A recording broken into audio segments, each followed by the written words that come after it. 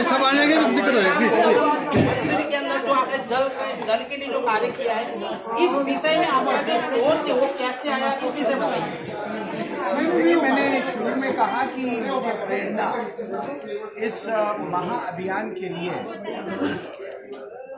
वयोवृद्ध भारतीय जनता पार्टी नेता आदरणीय लाल कृष्ण अडवाणी जी और विश्व हिंदू परिषद के अंतर्राष्ट्रीय अध्यक्ष रहे अशोक सिंघल जी और स्वयं भारत के प्रधानमंत्री नरेंद्र मोदी जी, जिन्होंने स्वयं 5 अगस्त 2020 को राम मंदिर की नींव रखी और 25 अगस्त 2020 को मैं इस अभियान को करने के लिए निकल बहुत बहुत शुभकामनाएं।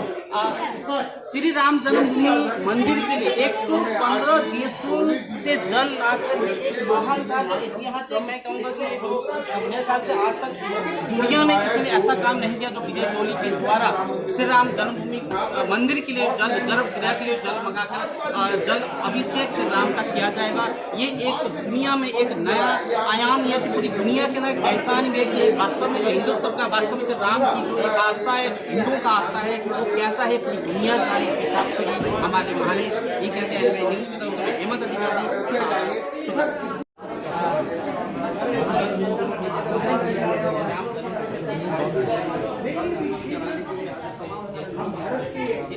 रक्षा मंत्री राजनाथ सिंह जी के साथ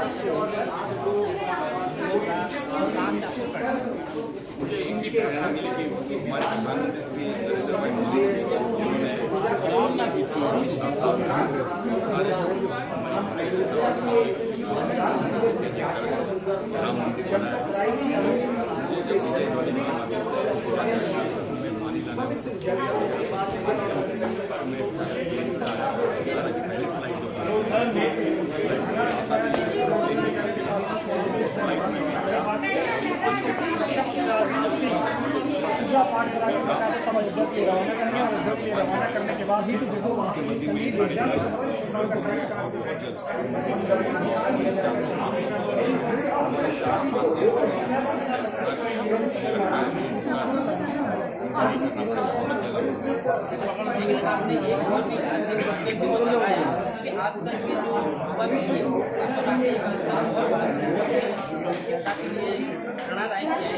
आपने अपने बेटे के लिए अपने बेटे इस का बेटा था, बेटों को काम करे तो कई बार इसमें आना जाने बेटा नहीं मानता, लेकिन आपने अपने बच्चे को अपने कल्चर के हिसाब से ढाला। बेसिकली क्या है, मेरे बेटे का नाम सही है, मेरे बेटे का नाम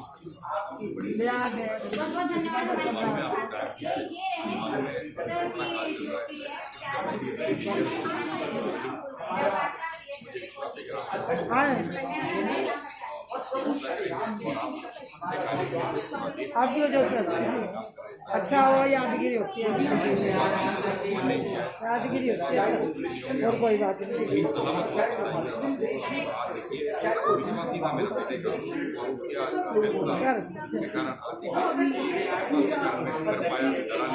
आदमी पड़ेंगे कई बार क्या होता है कि हमें कोई हिम्मत देता है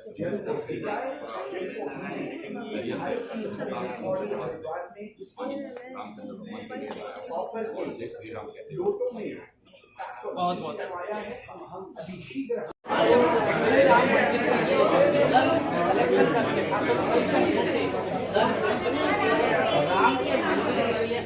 राम मंदिर निर्माण के लिए 15 देशों का योगदान भारत में पहुंच चुका है। एक तरीके का योगदान है तो तस्वीरों के जरिए हम दिखाने की कोशिश करते हैं। 115 देशों का रिप्रेजेंटेशन है। आज में 115 देशों का जल है जो कि राम मंदिर निर्माण के दौरान गर्भ में डाला जाएगा। दिल्ली संगठन के अध्यक्ष दिल्ली के पूर्व विधायक भी रह चुके हैं। कवायद उन्हीं के माध्यम से समय लगा समस्या क्या है? मैं तो इसको एक प्रयास कहूँगा। और 5 अगस्त 2020 मैंने भारत के प्रधानमंत्री नरेंद्र मोदी जी अयोध्या के अंदर उस मंदिर की नींव को रखते देखा, जिसके लिए दुनिया भर के लाखों और करोड़ों हिंदुओं ने 500 वर्षों से टकटकी लगाए देख रहे हैं। और 25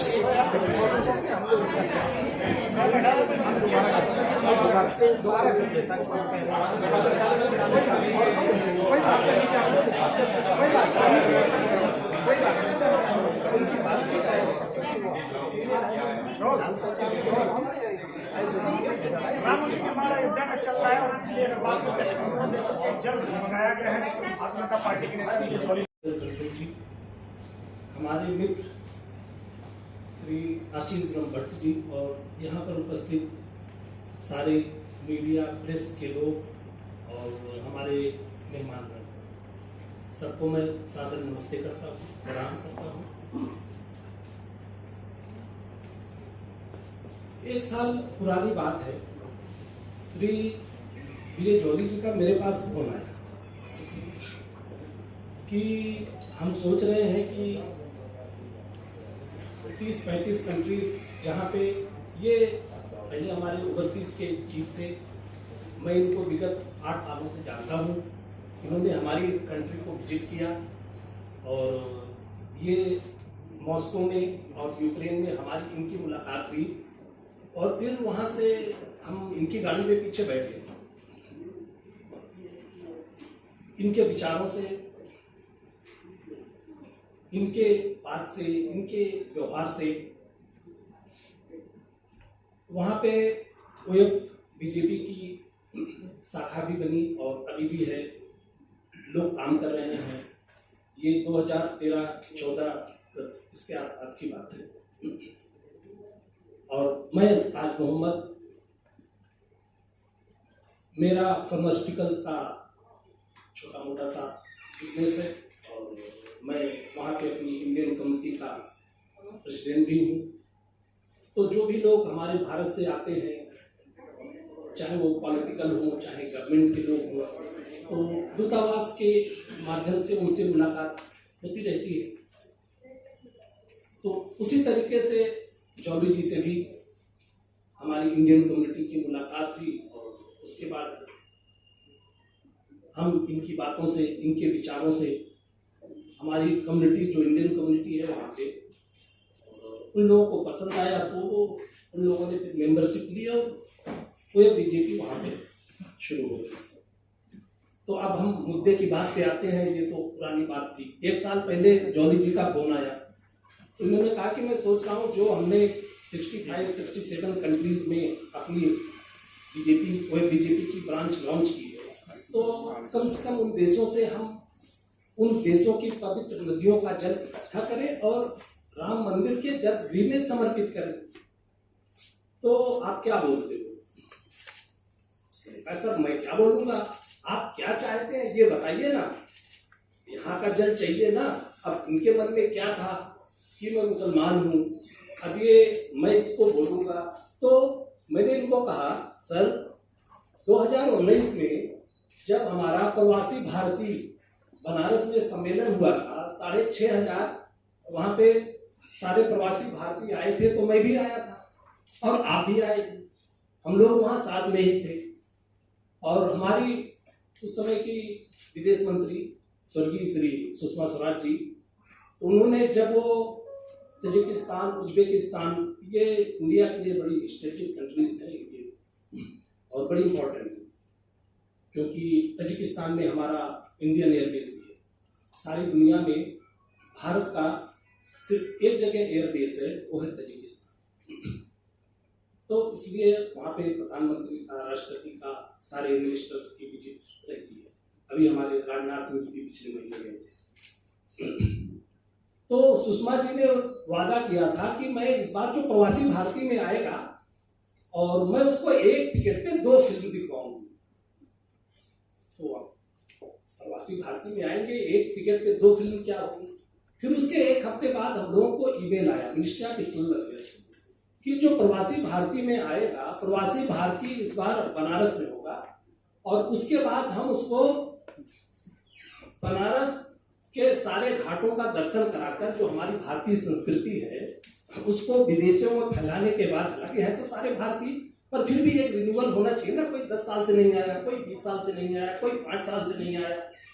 तो सरकार ने ऐसा प्लान बनाया और वो सारे बाहर 210 मिलियन 2.1 करोड़ भारतीय हैं जो देश के बाहर रहते हैं। बहुत सारे देशों की, कम से कम दुनिया के 100 देशों की इतनी आबादी नहीं होगी जितना हमारे भारतीय देश के बाहर रहते हैं। तो बनारस में प्रोग्राम था। उसके बाद हुआ कि अगले दिन इस साल महाकुंभ है तो हम आपको महाकुंभ में स्नान भी करवाएंगे। उसके बाद 26 जनवरी है, हालांकि 7 से 9 जनवरी प्रवासी भारतीय दिवस होता है, तो उन्होंने उस बार 24 से 26 जनवरी तक किया था कि 2 दिन बनारस में, 1 दिन गंगा स्नान, अगले दिन 26 जनवरी फिर सारे भारतीय वापस जाएंगे। उन्होंने प्रॉमिस किया था कि हम रिफ्रेशमेंट कर देंगे सारे भारतीयों को, आप लोग आके यहाँ पे बस जाते हैं, इसके बाद आप वापस भी नहीं जाते। इंडिया में बहुत सारे लोग कहते हैं ब्रेन हो गया, यहाँ के सारे पढ़े लिखे लोग बाहर जा रहे हैं, वो वापस आते ही नहीं, मैं सबको बुलाऊंगी। तो मैंने इनसे पूछा कि सर प्रयागराज में कुंभ में संगम पे स्नान मैंने किया था आपके साथ, कहा किया था। हमने कहा एएनआई और मीडिया के मित्रों ने क्या पूछा था कि आप मुसलमान तो और आप संगम में स्नान, तो मैंने क्या जवाब दिया था? मैंने बोला ये हमारी संस्कृति है, धर्म अलग है, संस्कृति अलग है। यहाँ पे हम मुसलमान बन जाएं, क्रिश्चियन बन जाएं, किसी और धर्म के हो जाएं, लेकिन संस्कृति जो हमारी भारत की है वो वसुधैव कुटुंबकम, जो कि सारी दुनिया में पढ़ाई और बताई जाती है। जो हम क्यों जानते? क्योंकि हम देश से बाहर रहते हैं, हमें 28-30 साल हो गया देश से बाहर, तो ये चीजें हमें पता है, उस वर्ड की इंपॉर्टेंस और उसका मतलब। बाहर के लोग सारी दुनिया आज से 200, 300, 400 साल पहले से सारी दुनिया आइडियोलॉजी पे चली, चाहे हिटलर हो, मुसोलिनी हो, कात्रे हो, या जो आज के लिए आईसिस हो, या ये जो अभी तालिबानी है ये हो, इनकी आइडियोलॉजी है, इनका कोई सिस्टम तरीका नहीं है। वो अपनी कंफर्टेबिलिटी के हिसाब से आम जनता को बेवकूफ बनाते हैं और अपना काम करते हैं। उन्हें चाहिए पावर, उनकी सारी आइडियोलॉजी इस पावर के चारों तरफ घूमती है। लेकिन हमारे देश में चाहे वो महावीर बुद्ध के काल से हो, सूर, कबीर, तुलसी, मीरा, कालिदास या गांधी तक, हमारा वसुधैव कुटुंबकम, जियो और जीने दो। और ये पानी जो है ये इसमें हालात की कहानी है। अभी तक हमने फिजिक्स में पढ़ा था कि पानी को जिस चीज बर्तन में डालिए उस शेप में हो जाता है, पानी ट्रांसपेरेंट है। लेकिन जब पिछले साल आपने मुझे बोला तो मेरे, और इस पात्र को आने के बाद मैंने देखा, फिर मैंने सोचा कि यार पानी का तो नाम भी होता है, अगर इस पानी को हम घाघरा की नदी में डाल दें तो घाघरा का पानी हो गया। आदमी का चरित्र, मनुष्य का चरित्र और मनुष्य की आदतें किसी भी देश का हो दुनिया में इस पानी की तरह होना चाहिए। हम आपसे मिले इंसानियत के नाते, हमारी आपकी दोस्ती होनी चाहिए। हिंदू कौन है, मुस्लिम कौन है, देसी कौन है, विदेशी कौन है, कुछ पता नहीं। जहां पे भी गलत चीजें चल रही हैं, वो मुस्लिम कंट्री जहां पे चल रही, कौन मर रहा? मुस्लिम मर रहे हैं। और आप कह रहे हो कि हम मुसलमानों के लिए लड़े। भाई मर तो मुसलमान रहे हैं, तो कौन, किस मुसलमान के लिए लड़ाई लड़ रहे हो? हिंदुस्तान के मुसलमानों के लिए। हमें चाहिए नहीं किसी की लड़ाई, हम ऐसे ही मजे में हैं, तो ऐसे ही मजे में है, हमें कुछ नहीं चाहिए। तो फिर जब इनका फोन आया, मैंने कहा साहब बिल्कुल। फिर मैंने तजिकिस्तान में, मैंने कहा एक ही कंट्री नहीं, मैं आपको पूरे CIS 14 कंट्री का पानी दूंगा। यूक्रेन के दनेपर का, मॉस्को के वोल्गा का, तजिकिस्तान के कुफरनिगान का, इस तरीके से अजरबैजान, अर्मेनिया, जॉर्जिया, सारी 14 कंट्रियों का जल हमने इकट्ठा करके हमने कहा सर पूजा तो यहाँ पे कैसे हम करेंगे, हम आपको भिजवा देंगे, पहुंचवा देंगे, बाकी आप अपने तरीके से पूजा पाठ करके और उसको गर्भगृह में समर्पित करेंगे। और इस उम्मीद के साथ और इस इच्छा के साथ कि कल को इन मुद्दों पे देश में, दुनिया में कोई इंसान आपस में लड़े नहीं, और हम आपके गर्भगृह में जल अर्पित कर रहे हैं, आप हमारे मस्जिद के गर्भगृह में जल अर्पित करवाइए। कल को कोई तीसरी चीज हो, सारे लोग वहां पे अपना पूरा सपोर्ट दें। हम भारतीय हैं, हम मनुष्य हैं, हमें इन चीजों से परे, दुनिया कहां जा रही है 21वीं शताब्दी में, हमें इन चीजों से परे होना चाहिए। इन्हीं बातों के साथ मैं अपनी वाणी को विराम देते हुए आपको धन्यवाद देता हूं। जय हिंद, जय Bharat. Get the water of 115 nations drawn from 7 continents of the world, the pure water of the oceans and the rivers, meant to be poured in the main sanctum of the Ayodhya Ram temple. ये जो जल आप देख रहे हैं, हमने मथुरा से इन लोटों को लिया, और जिन जिन देशों के जल आए, इन लोटों और जल को लेकर हम हरिद्वार की हर की पौड़ी में गए और इन जलों को वहां पर पैक और सील करवाया।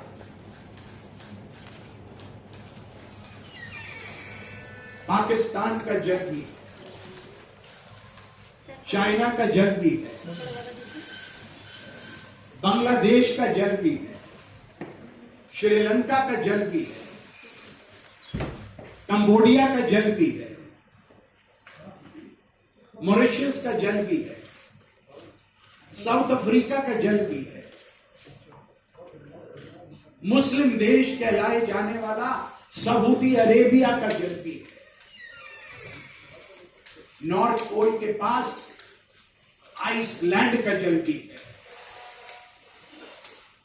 अगर दृढ़ निश्चय हो तो क्या कुछ नहीं हो सकता।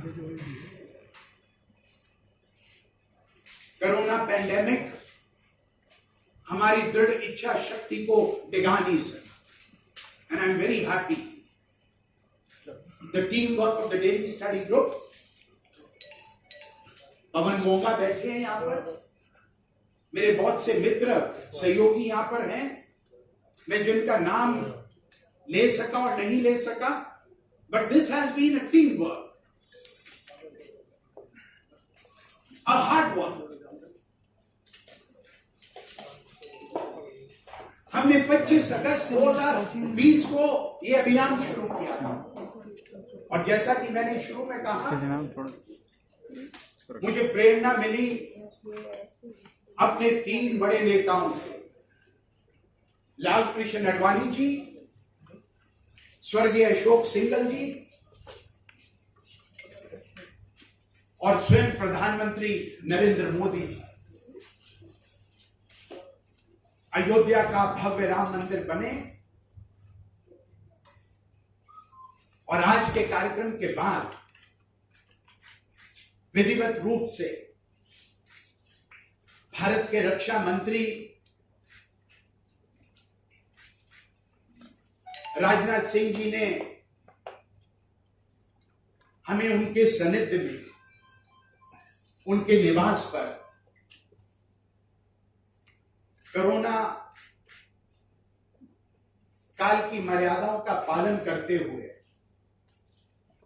अपने घर पर उनके सानिध्य में पूजा पाठ कर हम उसके पश्चात अयोध्या जाएंगे और विधिवत पूजा पाठ करते हुए इन विभिन्न देशों के पवित्र जल को मंदिर के गर्भगृह में अर्पित करेंगे। ये मान के चलिएगा, एक और विचित्र घटना से आपको रूबरू कराना चाहता हूं। मैंने बचपन में रामायण में पढ़ा था, ताज मोहम्मद जी प्रभु श्री राम का नाम लेकर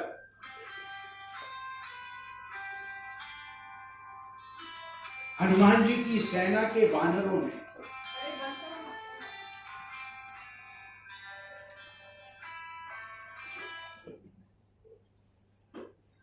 रामेश्वरम से आशीष जी जय सिया राम बोलते बोलते समुद्र में पत्थर डाले थे।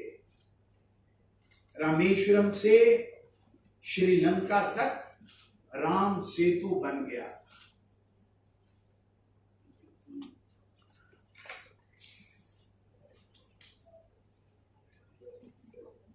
एक साल से इस बड़े कलश के अंदर हम सब देशों का जल डालते रहे। मुझे किसी ने कहा कि ये जल क्योंकि गंगा का नहीं है तो ये जल गंदला हो गया होगा। 3 महीने से ज्यादा जल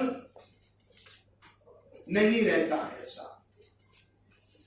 मैंने धड़कते हुए दिल के साथ इस लोटे को खोलकर 4 दिन पहले देखा। साफ जल, निर्मल जल, पावन जल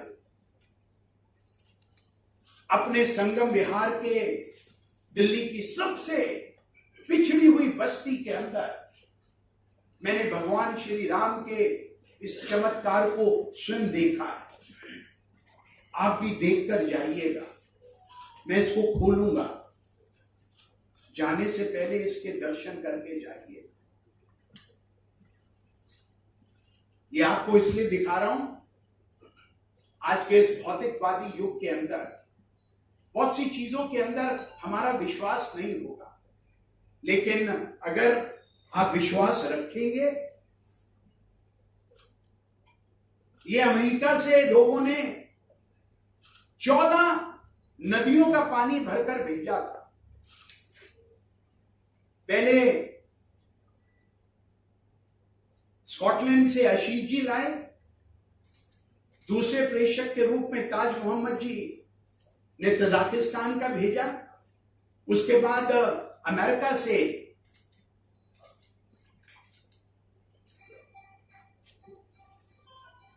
डॉक्टर सुधीर पारिक और प्रमोद भगत जी ने इसके अंदर भेजा और इसको खाली कर मैंने अपने ऑफिस में रख दिया। लेकिन जब जिस देश का जल आया, मैं उस जल को इस बड़े कुंड के अंदर थोड़ा थोड़ा डालता रहा। 1 साल हो गया है ये जल के माफिक है। जैसे प्रभु श्री राम की कृपा दृष्टि इसके ऊपर रही। आज प्रेस क्लब के अंदर अपने सहयोगियों के साथ, दिल्ली स्टडी ग्रुप के मित्रों के साथ स्कॉटलैंड, तजाकिस्तान, लाइबेरिया, मकाओ और अनेक देशों के अंदर जो मेरे मित्र अभी इस प्रेस कॉन्फ्रेंस को लाइव देख रहे हैं, मैं उनको प्रणाम करते हुए और प्रभु श्री राम के चरणों में अपना नमस्कार करते हुए अपनी आस्थाओं के साथ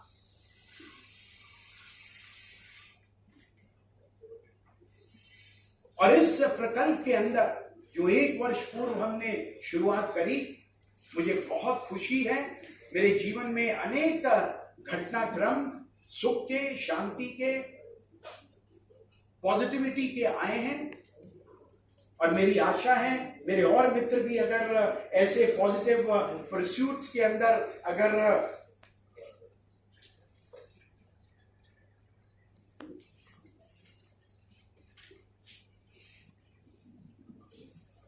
मैं सर्वप्रथम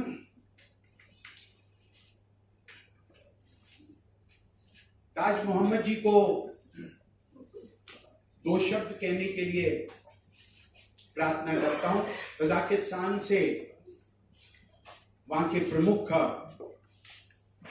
व्यवसायी ताज मोहम्मद। इस कार्यक्रम के संयोजक